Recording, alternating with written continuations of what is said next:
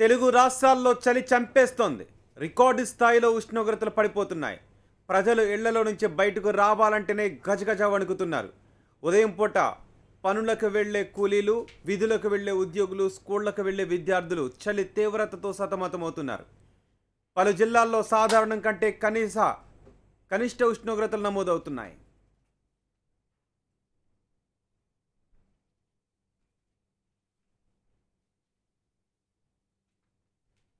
పొగమంచు కారణంగా రోడ్లు కనిపించక వాహనదారులు ఇక్కట్లకు గురవుతున్నారు. చలిగాలుల కారణంగా తెలంగాణలో రాత్రి ఉష్ణోగ్రతలు భారీగా పడిపోతున్నాయి. ఉమ్మడి ఆదిలాబాద్ జిల్లాలో ఉష్ణోగ్రత భారీగా పడిపోయింది. ఉమ్మడి కరీంనగర్ జిల్లాలో కూడా భారీగా ఉష్ణోగ్రతలు పడిపోయాయి. మిగిలిన జిల్లాల్లో సైతం రికార్డు స్థాయిలో ఉష్ణోగ్రతలు నమోదవుతున్నాయి.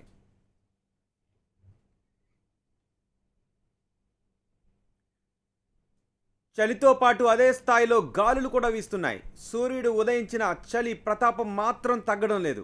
ప్రధాన రహదారులు పొగమంచుతో కమ్ముకుంటున్నాయి. గ్రామాల్లో మంచు దుప్పట్లు కమ్ముకున్నట్టుగా కనిపిస్తున్నాయి. పొలాల నిండా మంచే కనబడుతోంది.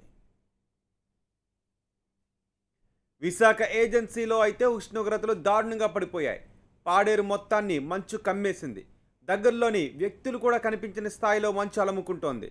లంబసింగిలో 0 డిగ్రీల కనిష్ట ఉష్ణోగ్రత నమోదైంది. గత 10 ఏళ్లలో ఇవే అత్యల్ప ఉష్ణోగ్రతలని అధికారులు చెప్తున్నారు.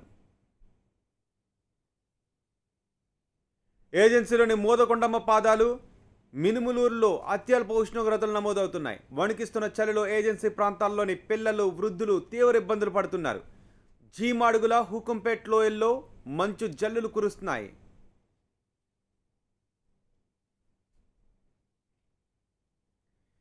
తెలుగు రాష్ట్రాల్లో నమోదవుతున్న కనిష్ట ఉష్ణోగ్రతలపై మరింత సమాచారం వాతావరణ శాఖ అధికారి నాగరత్నం వివరిస్తారు.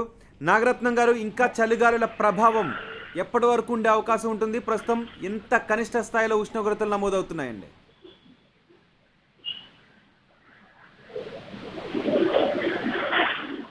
హలో నాగరత్నం గారు, తెలుగు రాష్ట్రాల్లో ప్రస్తుతం కనిష్ట ఉష్ణోగ్రతల ప్రభావం ఏ విధంగా ఉందండి?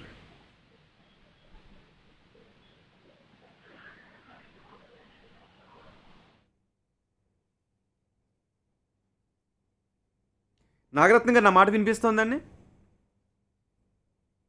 మరోసారి వాతావరణ శాఖ అధికారితో మాట్లాడే ప్రయత్నం చేద్దాం. ప్రస్తుతం తెలుగు రాష్ట్రాల్లో కనిష్ట ఉష్ణోగ్రతలు నమోదవుతున్నాయి.